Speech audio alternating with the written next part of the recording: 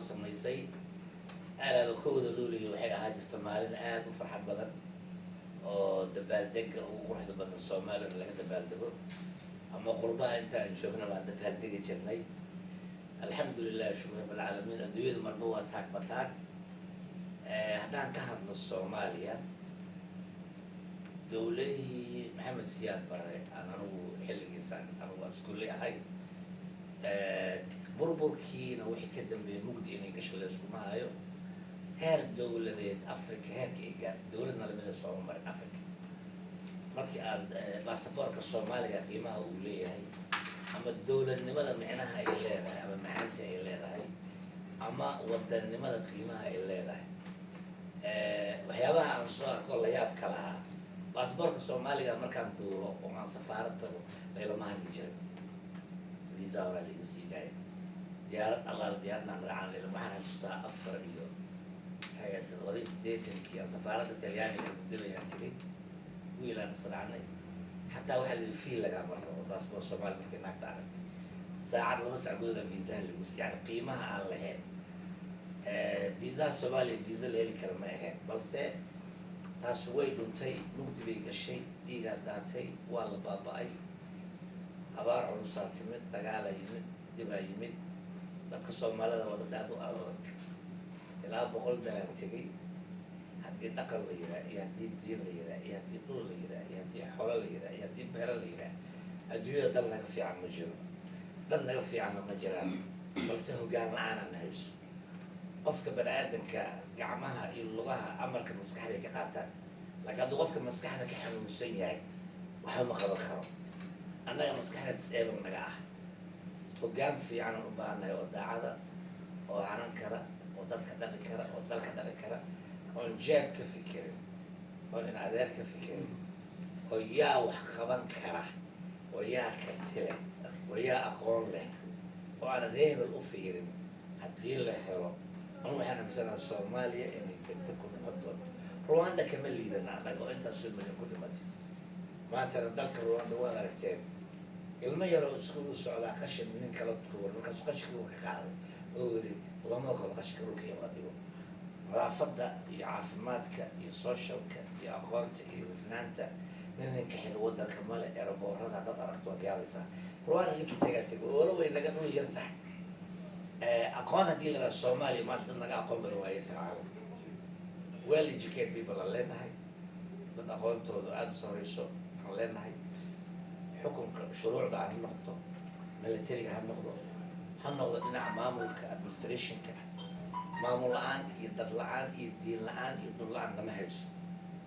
balse waxaan nahaaya xaan cunay ayaanan ku cunin nin walba wuxuu rabaa jeebkiisa iyo villa intaa ka dhisa intaa wax ku boobaa dhibaatada Soomaaliya ugu weyn ay haysata waa qabiil ina adeer balse hadda magaalooyinka waxaaba la joogaa magaaladii aan ka imidaan nimide adugu yaa tahay ree hebel xagga ree hebel hadda guri kama dhisan kartid inaad guri ka dhisan kartaa marka waxaan la baabi'iyey waa qabiil laakiin dalku waa dalkii dadkuna waa dadkii xoogguna waa xooggii min la zanaawiyo intaasoo kale oo ciidan la yimid wax naga qaadi waan bixina maalin cad oo aan foodana la soo geli waayey maantana cid lagu xooga male laakiin si kale in naloo furfuro oo sidii waxaan ku leeyahay caqli iyo maskax siyaasad naloo isticmaalo waa macquul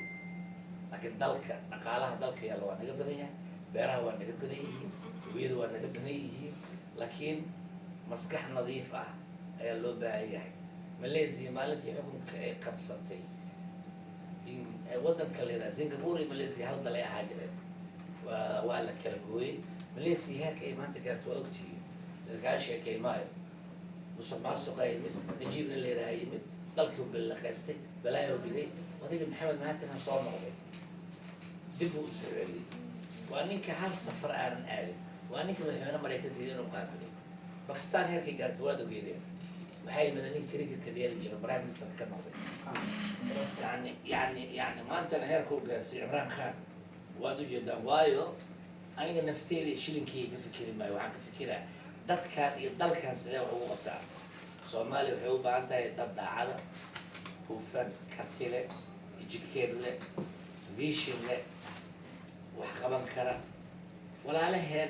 لما كلام مقدر قلت له waxba ma aha waxaas waa laga adeegay laakiin horta caafimaada loo baahan dadka in caafimaad loo dhigo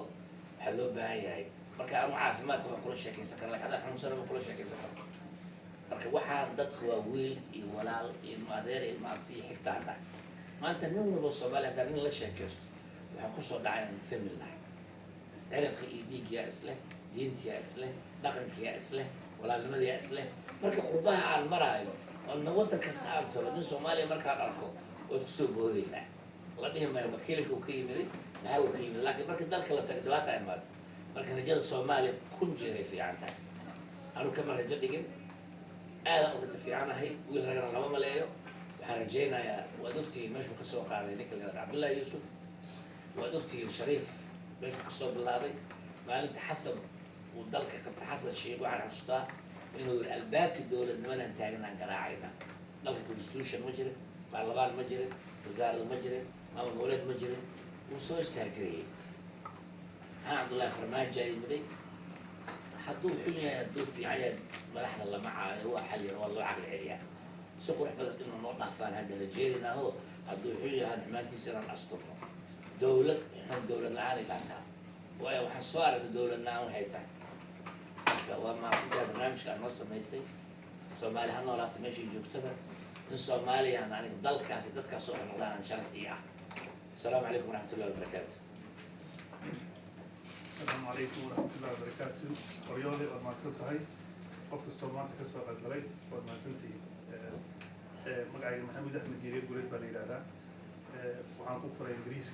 أنا يرباني ميت وعن قف استومانت تعال أو كفر أنا مالك استومان مروح ينتهي يعرض عن كل الإنجليز أنا ود الجوع عليه يبغى يريال وحساب برتين عندنا الجوع عليه مكا waxaan ku faraxsanahay maanta dhexda jirka waddankeena laakiinse waxaa loo baahan yahay in caqliga laga shaqaysiiyo because dadkeenu caqliga kama shaqaysiiyaan marka ugu horeysa waxay doortaan qabiil haddaynu ka hadlayno ninka ugu xun bay doortaan ya ay ka dhigtaan leader aniguna ma aaminsani qabiilnimadaydu waa Soomaali waa beenidima sheegay businesska animka aan waddanka ku leeyahay Soomaali baa i caawisay qabiilkayga muu caawin maxay ugu caawiyeen because waxaan ahay qof Soomaalnimo jecel marka haddaynu istaageerno waxbay noqon kareen yuud badan baan la shaqaystaa waan weydiiyey sidee baad successful ku noqoteen qofka annaka naga mid ah ee wax noqda waxbaanu gashanaabaya si uu successful u noqdo marka runtii haddaan sheego aad baan ugu faraxsanay inaan Soomaaliya aan ka dhashay inkastoo aan anoo yar ka imid kaas balbalaar waan xasuustaa dowladdii siyaad bare waan xasuustaa waqooyina waan tegey 2007 baa igu horeysay inaan tego waqooyi but yani anoo yarna waxaan tegey miyi baa laga geeyey marka waxyaabaas ugu waan xasuustaa marka waxaan ku faraxsanahay maanta in yani programkan aynu bilaabnay Baryoole unagu invite garay inaan sii wadno waxaana muhiim ah anigu waxaan leeyahay to be honest Soomaaliya waxaa ka dhiman saddex wax ayaa ka dhiman inaan marka horta tuusiga iska dhaafno haddaynu dowladdahay inayna qofna waxba weydiisan because ilaahay war kasta weyna siiyo secondly in la sameeyo Bank of Somalia inuu shaqeeyo xawaalad in la joojiyo waxaa waddanka dilaya waa xawaalada runtaan sheegay anigu maanta because safaaradda halkan joogta Eritrea waddankaaga dhulka ma iibsan karaysid ya unless aad safaaradda aad waddankaaga fiiga siisid waddankoodina saasay ku dhisteen marka qof kastoo Soomaaliya ee adduunka jooga hadduu $1 bixiyo maalintii $1 lama baana $100 waddankoo dhan baan dhisi karayna cidnana uma baahni marka anigu dowladda waxaan u sheegi lahaa maanta safaarad inay London ka furaan qof kasta oo Soomaaliya London jooga in laga qaado $1 per day oo qofkii shaqeeya wayna badan yihiin Soomaali badan oo shaqeysa marka inaad Carab baridaan inaad United Nation baridaan meesha way ka baxaysaa that means markaas politicalkeenu wuxuu noqonayaa Soomaali waxaan kaloo aan ku talin lahaa inuu qofka Soomaaliya madaxweyne ka noqonaya inuu hadduu baasaboor ajnabi haysto inuu iska dhigo xildhibaan hadduu yahay saas oo kale inuu iska dhigo in chance la siiyo qofka waddanka jooga ee u dhintay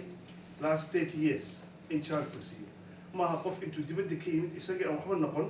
in xildhibaan laga dhigo just because lacag buu soo aruursaday marka anigu taasaan kaga waxay jazakallah